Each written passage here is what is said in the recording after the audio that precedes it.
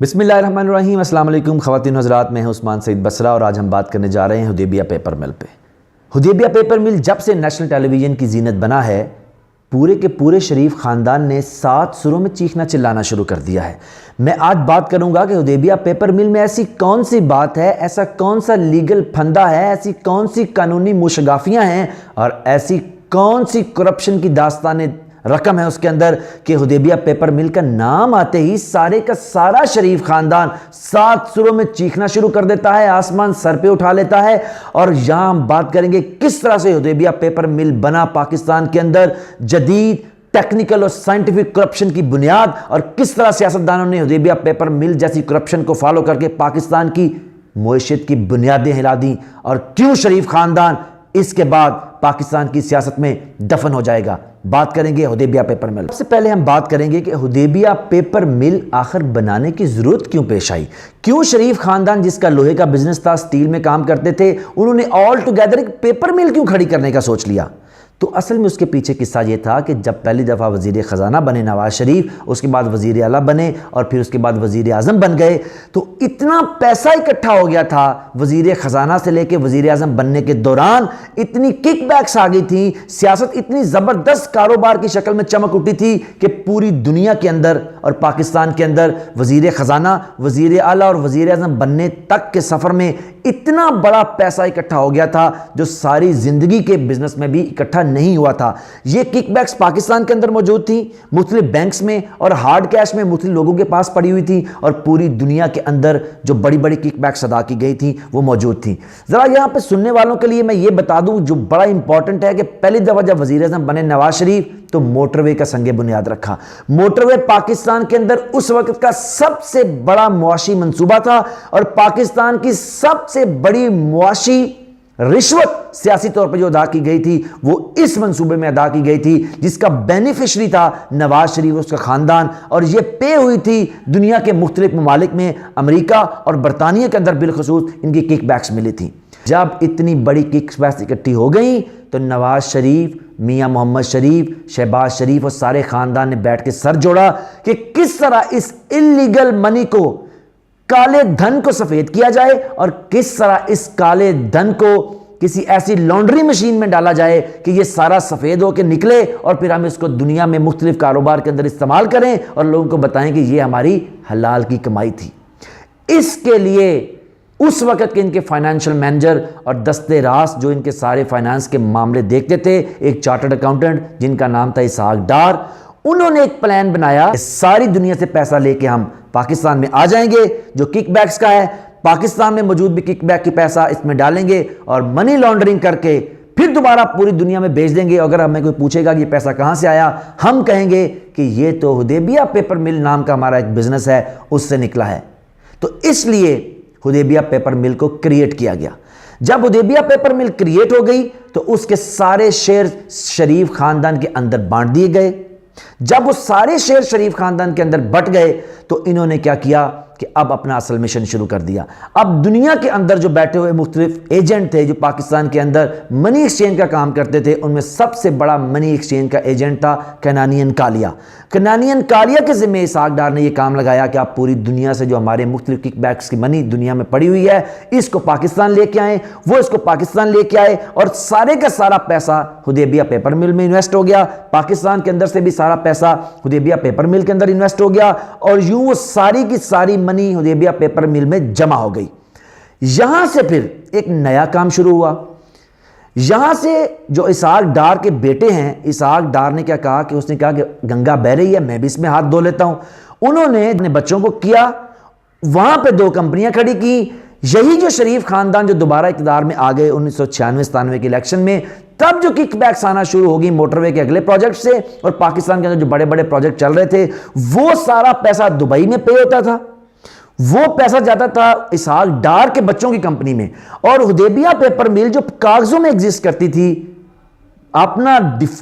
جو ڈیفیسٹ شو کر کے فائنینشل، انہوں نے اس 2 کمپنیوں سے جو اسحاق ڈار کی تھیں جہاں آلریڈی ان کی کک بیکس کا پیسہ پڑا ہوا تھا، ان سے حدیبیہ پیپر مل نے ادھار لینا شروع کر دیا، قرض۔ وہ اتنا بڑا قرض لیا ان 2 ہولڈنگ کمپنی سے جو اسحاق ڈار کی تھیں اور پاکستان کے بینکوں سے کہ وہ سارا پیسہ اکٹھا کر کے وہ کمپنی حدیبیہ پیپر مل بینک ڈیفالٹ ہو گئی،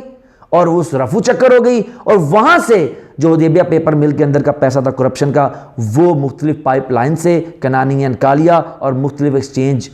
کا جو ہنڈی کا کام کرنے والے لوگ تھے ان کی مدد سے وہ جو پاکستان لے کے آئے سارا پیسہ یہاں سے ڈسپرس کر دیا پوری دنیا کے اندر۔ جب یہ محلات خریدے ہیں یو کے اندر، جو قاضی فیملی کا نام ہے حدیبیہ پیپر مل کے اندر، قاضی فیملی نے یہ فیسیلیٹیٹ کیا۔ یہ وہ فیملی تھی جس کے پاس اسحاق ڈار نے ایز اے غریب بچہ اور ایز اے معاشی طور پہ کمزور بچہ لندن میں رہ کے تعلیم پائی تھی، وہ بہت بڑے فائنینسر تھے۔ انہوں نے سارا پیسہ ادا کیا شریف خاندان کو کہ وہ وہاں پہ اپنے محلات ان کے بچے خریدیں، اور پاکستان کے اندر ان کو یہ پیسہ یہاں کک بیکس کی منی جو تھی اور حدیبیہ پیپر مل میں موجود تھی وہاں سے ادا کر دیا گیا۔ باقی جو پیسہ حدیبیہ پیپر مل سے ایسٹیمیٹڈ ہے جو منی لانڈر کر کے نکلا 1997 تک، اس کی مالیت ہے 1.2 بلین ڈالرز، 1.2 ارب ڈالر، جو آج کے اگر آپ ایسٹیمیٹ کریں تو کم و بیش 25 ارب ڈالر کے قریب بنتی ہے۔ یہ وہ سارے ذرائع تھے جس کے اوپر بیس کر کے نواز شریف نے اپنے سیاسی کک بیکس کو، فائنینشل کرپشن کو، اور جو پیسہ تھا جو سیاست کے اندر کمائی سے کیا گیا تھا اس کو ایک نمبر کرنے کی کوشش کی۔ اور اس لیے حدیبیہ پیپر مل جو ہے mother of all crimes, financial crimes گنی جاتی ہے کہ پاکستان کے اندر سیاستدانوں نے کبھی اس طرح کی کرپشن کا سوچا نہیں تھا۔ وہ چھوٹے موٹے ٹھیکوں سے کرپشن کرتے تھے اور وہیں وہ ہضم کر جاتے تھے، لیکن ملینز اینڈ بلینز ڈالرز کی جو کرپشن کی اور اس طرح منی لانڈرنگ حدیبیہ پیپر مل کی شکل میں کر کے اس کو دنیا میں بھیج دیا۔ جب JIT نے یہاں ان سے سوال کیا کہ ذرا ذرائع بتائیں جس سے آپ نے دنیا بھر میں کاروبار اکٹھے کیے، تو کیوں قطری کا خط لے آئے، کیوں جعل سازی کرتے رہے اور جعلی ڈاکومنٹ دیے؟ کیونکہ اصل جو ماخذ تھا، سورس تھا سارے دنیا میں پیسہ ڈسپرس کرنے کا، وہ حدیبیہ پیپر مل تھی، اور حدیبیہ پیپر مل کہیں ایگزسٹ نہیں کرتی تھی، صرف پیپرز میں ایگزسٹ کرتی تھی۔ اور حدیبیہ پیپر مل کے اندر جو انویسٹمنٹ تھی وہ ساری کی ساری وہ کک بیکس تھیں جو سیاسی رشوت کے طور پہ دنیا بھر میں بڑی بڑی کمپنیز نے ادا کی، ان کو وزیر اعظم ہونے کی وجہ سے، وزیر اعلیٰ ہونے کی وجہ سے، اور پنجاب کا 40 سال سے مطلق العنان حکمران ہونے کی وجہ سے۔ اس کے باوجود بھی پاکستان میں سب سے بڑی فائنینشل امبیزلمنٹ، کرپشن، ڈاکہ ڈالنے کے باوجود بھی اور منی لانڈرنگ کے موجود ہونے کے باوجود بھی یہ خاندان خود کو شریف خاندان کہلانا پسند کرتا ہے۔ اب آپ کو سمجھ آ گئی ہوگی کہ کیوں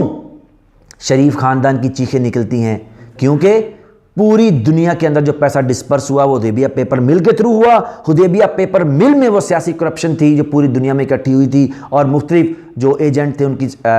نہیں اکٹھا کر کے پاکستان لے کے آئے۔ اب اسحاق ڈار جو ہے وہ کہتا ہے کہ مجھ سے انڈر کوشچن انہوں نے یہ اپنا ایفیڈیوٹ لیا تھا، یہ آپ سب سن لیں۔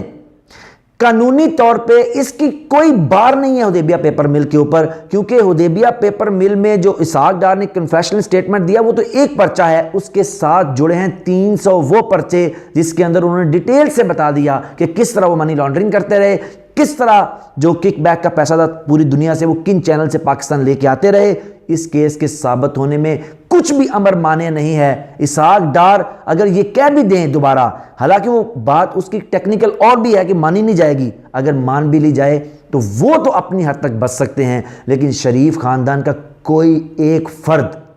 اس میں نہیں بچے گا۔ ایک فرد شریف خاندان کا بچ جائے گا، اس کا نام ہے حمزہ شہباز۔ اس کے علاوہ کوئی ایک بندہ بھی اس کیس میں نہیں بچے گا، اور ہماری استدعا ہے پاکستان کے اندر عدالتوں سے کہ خدا را یہ پیسہ میرے پاکستان کا پیسہ تھا، یہ پیسہ جو کک بیک کی شکل میں لیا گیا یہ میرے اور پاکستان کو بیچ کے، میرے بچوں کا، ہمارے بچوں کا مستقبل بیچ کے پوری دنیا میں یہ اس کی کک بیکس لی گئیں۔ اب وقت آ گیا ہے کہ کسی بھی مسلط کو بالا تاک رکھ کے حدیبیہ پیپر مل جو mother of all financial corruption ہے پاکستان کے اندر، جس نے سیاستدانوں کو یہ راستہ دکھایا کس طرح سے اربوں اور خربوں ڈالر کی کک بیکس لے کے کس طرح منی لانڈرنگ کی جاتی ہے۔ اور ایک واقعہ آپ اس میں ضرور یاد رکھیے گا، جب زرداری صاحب کو کسی نے پوچھا کہ آپ مسٹر 10% کے نام سے مشہور ہوتے جا رہے ہیں، یہ آخر آپ کیوں اتنا پیسہ اکٹھا کر رہے ہیں، آپ کا سیاسی مستقبل داؤ پہ لگا ہے۔ انہوں نے کہا کہ میرے سیاسی حریف نواز شریف نے سیاسی رشوت اور کک بیکس لے کے وائٹ منی کرنے کا وہ عالمی ریکارڈ قائم کر دیا ہے کہ اگر میں نے پیسہ نہ کمایا تو یہ پاکستان کی ساری سیاست کو خریدنے کی سکت رکھتے ہیں۔ اس لیے جب بھی حدیبیہ پیپر مل کا نام آتا ہے تو شریف خاندان اور اس کے تمام جو بچے ہیں ان کو بھی اپنا سیاسی مستقبل ختم ہوتا نظر آتا ہے، اس لیے ان کے روکنڈے کھڑے ہوتے ہیں، اس لیے ان کی زبان ہرزہ سرائی پہ اترتی ہے، اور اس لیے ہمیشہ سے مختلف حکومتیں پیپلز پارٹی کی نہیں، ان کو حدیبیہ پیپر مل کے نام پہ مفلوج کرتی رہی ہیں۔ انشاءاللہ اب پاکستان کے سرخرو ہونے کا وقت